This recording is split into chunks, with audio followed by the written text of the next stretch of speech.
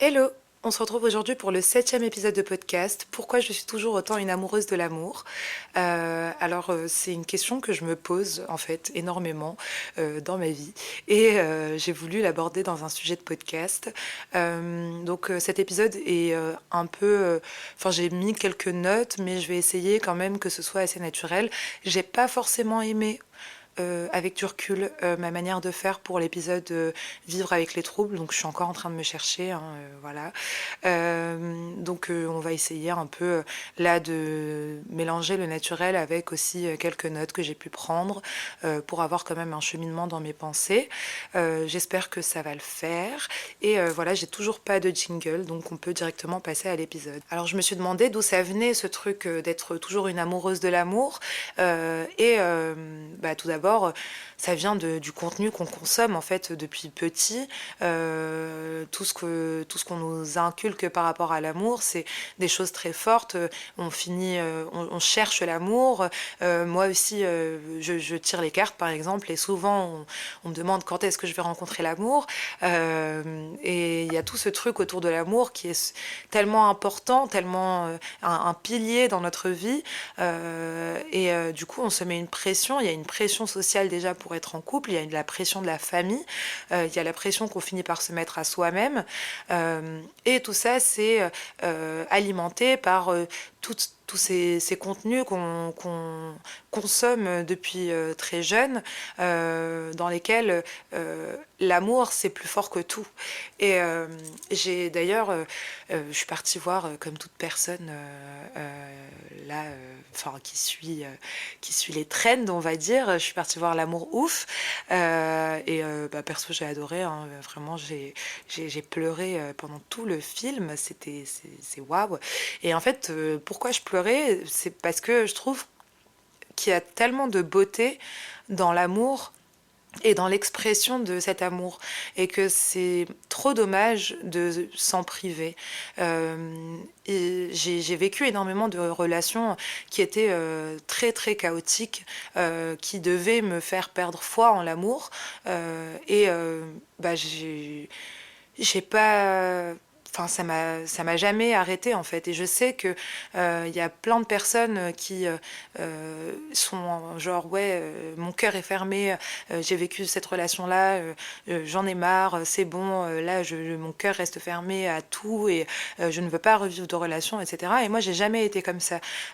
Limite, ça me remotive encore plus à croire à une autre possibilité de l'amour, tu vois. J'ai menti. J'ai déjà été comme ça.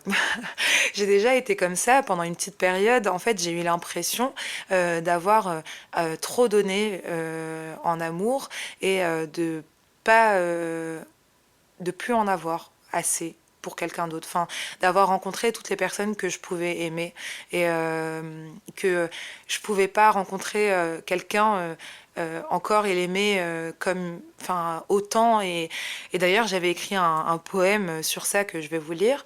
Donc, j'avais écrit. L'amour est éternel, qu'il soit amical ou charnel. On nous a appris qu'il ne durait qu'un temps, qu'il s'estompait progressivement, comme un souvenir lointain qui disparaît du jour au lendemain. Moi, je ne le vois pas disparaître et je vous regarde renaître. De votre amour illimité, vous en avez tant à donner. Le mien, je le vois s'épuiser, comme si j'avais tout dépensé.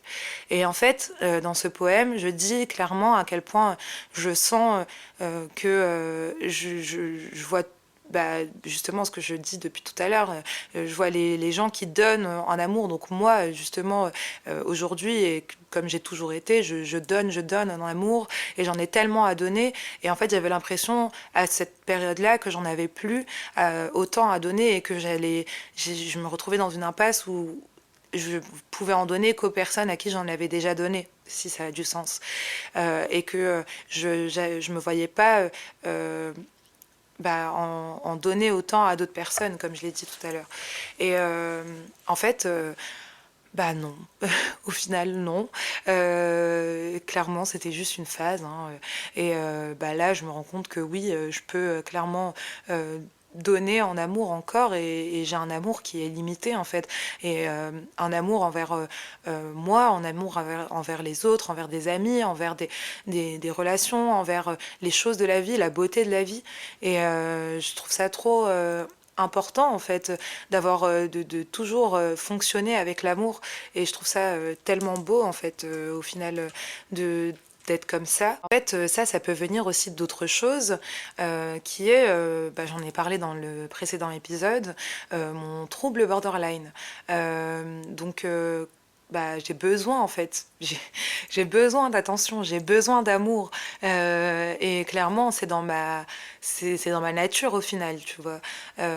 Et j'en chercherai toujours. Et en vrai, je me suis longtemps dit que c'était pas ouf, tu vois, et que en soi, ce trouble-là me pourrissait la vie et que, bref, je serais toujours en recherche de validation, d'amour des autres, etc. Mais au final, je le vois comme une force aussi parce que malgré toutes les choses que j'ai pu subir qui pouvaient être même traumatisantes au niveau amoureux, hein, j'ai jamais voulu suivre ça et me renfermer dans tout ça. Et j'ai toujours, justement, ce trouble borderline m'a toujours aussi poussé à le rechercher encore et encore cet amour, tu vois. Et au final, je trouve qu'il y a une beauté dans ça. Parce que l'amour dans sa globalité, c'est beau. Et je me suis rendu compte que déjà l'amour était partout et que le rejeter, ça t'aidera pas à le trouver en fait. Et continuer à avoir l'amour partout et continuer à le chérir et à se dire que c'est quelque chose qui fait partie de toi et qui fait partie de tout ce qui t'entoure, c'est super beau et continuer comme ça, je trouve ça vraiment beau. Voilà. C'est pas pour autant que je l'ai trouvé, hein, clairement. Mais je trouve ça beau d'y croire en fait. Voilà. Je pense aussi que ça vient de la relation que tu as pu avoir avec tes parents, bien sûr, hein. Clairement, le, enfin, chercher autant cet amour chez les autres, ça vient aussi peut-être d'un manque d'amour ou d'un manque de reconnaissance peut-être dans l'enfance, tu vois. Et ça aussi, j'ai trouvé ça intéressant de creuser sur ça. Je pense que quelqu'un qui a eu une relation avec ses parents hyper saine, bon, je sais pas si ça existe réellement, mais dans lequel il a été reconnu tout le temps. Mais je dis pas, hein, mes parents m'ont aimé et m'aiment toujours. Il n'y a pas de problème par rapport à ça. Mais c'est plutôt dans la manière euh, dont t'es perçu par tes parents aussi qui va beaucoup jouer dans comment tu vas chercher l'amour ailleurs aussi, tu vois. Aussi, ça vient de tes expériences passées. Comme j'ai parlé dans mon podcast du harcèlement, c'est sûr que si pendant des années je me suis fait harceler et j'ai pas ressenti cet amour, en fait j'avais l'impression qu'on ne m'aimait pas, je cherchais l'amour partout et j'essayais de me rattacher à cet amour, enfin à l'amour dans toutes ses formes et ça a fait que quand on a recommencé à m'aimer, quand je me suis plus fait harceler, je me suis attachée à l'amour qu'on pouvait me donner et j'en ai comme soif aujourd'hui, tu vois. Et au final, ça me dérange pas tant que ça. Enfin, encore une fois, je trouve que l'amour c'est tellement beau et je reviens encore sur l'amour ouf, mais moi clairement, en fait, c'est les démonstrations d'amour. Je trouve ça tellement beau, tu vois. Et j'ai pas envie d'arrêter d'en avoir et j'ai pas envie d'arrêter d'en recevoir, d'en donner. Enfin bref, c'est la même chose, mais t'as capté. Voilà. Et je pense que je serai toujours une amoureuse de l'amour et je continuerai à le chercher partout, à le voir partout et sans oublier de m'en donner à moi aussi.